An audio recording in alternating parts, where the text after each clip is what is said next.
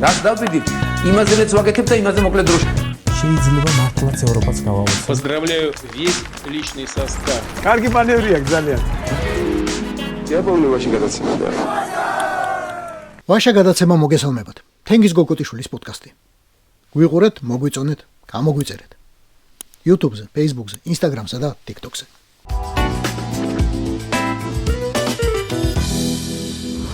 ჩვენისთანა ბედნიერი? არ დაიჯეროთ, არ ვართ ბედნიერები. და არა იმიტომ, რომ გლოვის დღეები ახლა ჩავამთავრეთ. არც იქამდე ვიყავით. აგერ ვიზუალური დადასტურება. ბედნიერების ინდექსი 2023-დან 25 წლამდე. საქართველოს 147 ქვეყნიდან 91 ადგილზეა. უშუალოდ ჩვენ შემდეგაა ლაოსი, მოზამბიკი და თურქეთი. ჩვენს წინ ჰონკონგი, სომხეთი და ტაჯიკეთი. კოცებს კი ძალიან არ მოეწონებათ, მაგრამ საქართველოს 10 ბალიანი შკალით 5.5 ქულა აქვს. 5-იანი და 5-იანი. ბოდიში ბატონო ბორია, რომ მოგენდომებინა სხვა რიცხვები იქნებოდა, მაგრამ არ მოინდომენდა. მართალი რომ გითხრათ, ადგილს არ აქვს პირველადი მნიშვნელობა, შედარება უფრო მაინტერესებს. მან კი ვფუჭდები. სომხეთი და ტაჯიკეთი რომ გვისწრებენ, უკვე მოვინელეთ იმედია, მაგრამ ჩვენზე კარგად წინ არიან ყაზახეთიც, უზბეკეთიცა და ყირგიზეთიც. ჩვენზე ბედნიერია მოლდოვა. რეიტინგის პირველ ადგილზე ტრადიციულად ფინეთია, 7.8 ქულა. მერე მთელი ჩრდილოეთ ევროპა, შუაში ჩამჯდარი კოსტა-რიკით. ბოლოს კი ავღანეთია, 1.4 ქულა. ევროპაში ყველაზე უბედური უკრაინაა, ლოგიკურად და სამწუხაროდ, 4.7 ქულა. მაგრამ ჩრდილოეთ ამერიკის ყველაზე უბედური ქვეყანა ტრინიდადი და ტობაგო, რატომ გვისწრებს გვარიანად, 5.9 ქულით. და რაღა ეგ, სამხრეთ ამერიკის უბედური სახელმწიფო ვენესუელაც კი ჩვენზე წინაა, 5.8. მაგრამ მე პირადად მაგასაც მოვინელებდი და არ ვიქნებოდი ასეთი უბედური, ჩემზე წინ ეს სულ ძაღლი იმპერია რომ არ იყოს. 5.8 ქულა და 12 ადგილი წინ. ეგ მაინც გამოვაცხადოთ სახელმწიფო სტრატეგია და მაგდენი მაინც მოვახერხოთ. დავეწიოთ და გავუსწროთ ბედნიერებით ამ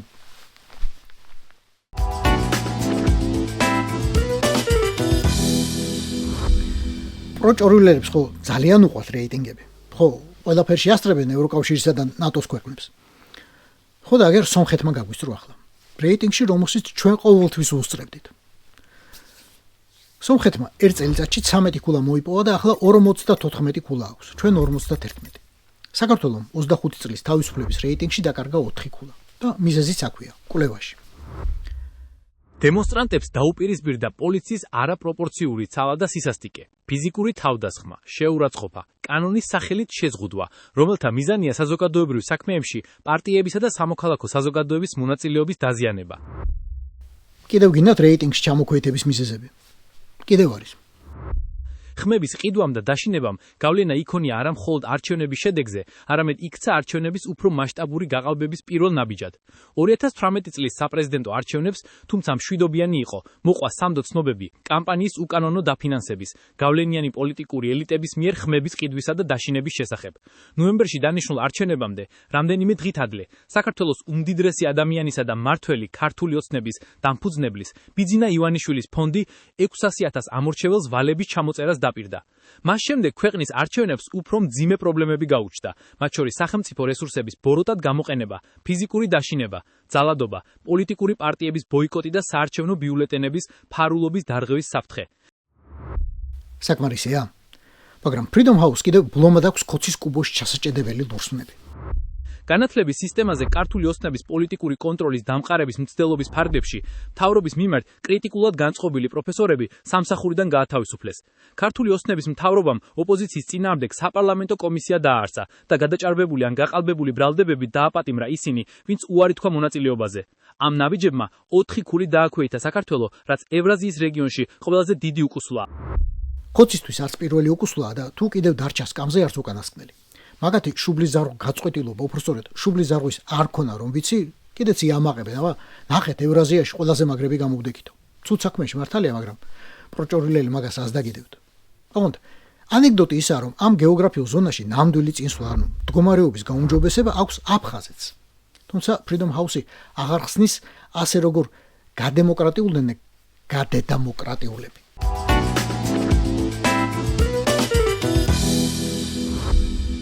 სულ ერთი კვირით ადრე იყო ეს. ჩვენ ველით, რომ გარდა სამუშაო შეხვედრებისა, გარდა სხვა მხრივ კონტაქტებისა, სრულად აღდგება სტრატეგიული პარტნიორობა ჩვენს ქვეყნებს შორის. და ერთი კვირის წინ მოხდა ეს. 2026 წლის 2 აპრილიდან საქართველოს მოქალაქეებს, რომლებიც აკმაყოფილებენ B1, B2 ვიზის მოთხოვნებს, დაეკისრებათ $15,000-მდე აშშ დოლარის ოდენობის დეპოზიტის გადახდა. ყოჩახ პროჭორელებო, თქვენ რო დალაგება იცით, ეგეთი უნდა. თქვით რომ მოგვარდება ამერიკასთან ურთიერთობაო და მართლა მოგვარდა. ამოგიხიეს პასპორტები და 5 წლიანი და 10 წლიანი ვიზები და გითხრეს მოგცემთ ერთ თვიანს თუ $15,000 დატოვებ აქ. ჩვენს ანგარიშზე დატოვებ. ჩამოხვალ დაგებრუნებ ფულს. არ ჩამოხვალ და მაგ 15,000-ს. იქ კიდეც მოგძებნი და კიდევ ჩამოგათრებთ ყურითო. ხო მოგწონთ. რა არის თქვენთვის 15,000? ერთი მანქანის გამბაჟების ფასია, მას შემდეგ რაც თქვენ დაადეთ 4.5 ლარი თითო კუბურ სანტიმეტრს. მაგდენი დაგიждდება თქვა 7 წლიანი პრადოს მარტო განბაჟება. თვითონ მანქანაც ერთი მაგდენი. პრინციპში მაგ ფულად ახალსაც იყიდით.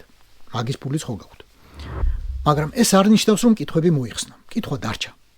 ამისთან რა დაალაგეთ რომ საქართველოს გადააგდეს ამ ქვეყნების კომპანიაში. კამბოჯა, ეთიოპია, გრენადა, ლესოტო, მავრიკი, მონღოლეთი, მოზამბიკი, ნიკარაგუა, პაპუა ახალი გვინეა, სეიშელის კუნძულები და ტუნისი. ეს ახლა დამატებული ქვეყნებია ჩვენთან ერთად, თორემ იქამდე ამავე სიაში იყვნენ ბურუნდი, ალჟირი, ჯიბუტი, უგანდა, ზამბია, კაბო-ვერდე, ყირგიზეთი, ტაჯიკეთი, ვენესუელა და მისთანები. ხო, მოგიწევთ ახსნა, როგორ მოხვდით ამ ხალხში. როგორ ხართ ამათ შორის ერთადერთი ევროპული ქვეყანა, მაშინ როდესაც ევროპის მოქალაქეთა დიდი ნაწილი ამერიკაში საერთოდ უეიზოდ დადის. რატომ ჩასვარეთ ასე ქვეყანა, რომელსაც სტრატეგიული პარტნიორობა ჰქონდა შეერთებულ შტატებთან, სტრატეგიული, დოკუმენტურად გაფორმებული და ამოქმედებული. ჩვენ ქართულ მეგობრებს უთხრათ, რომ თქვენ გვერდით გავართ.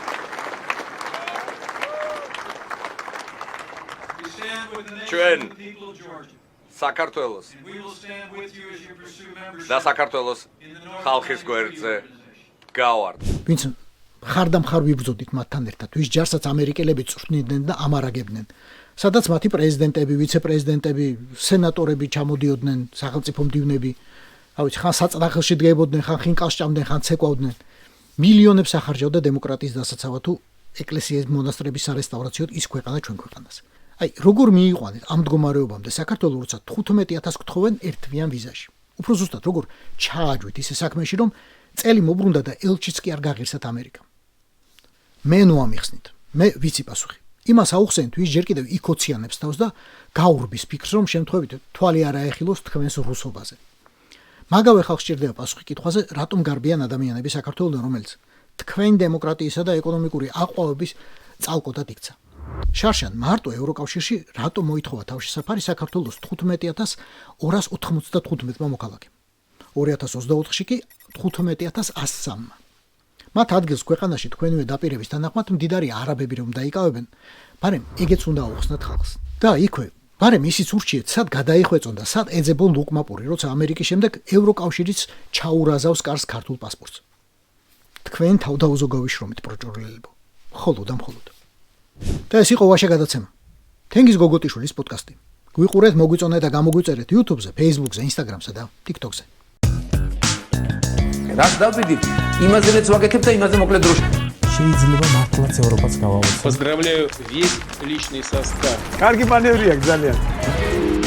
Я помню, ვაში გადაცემა.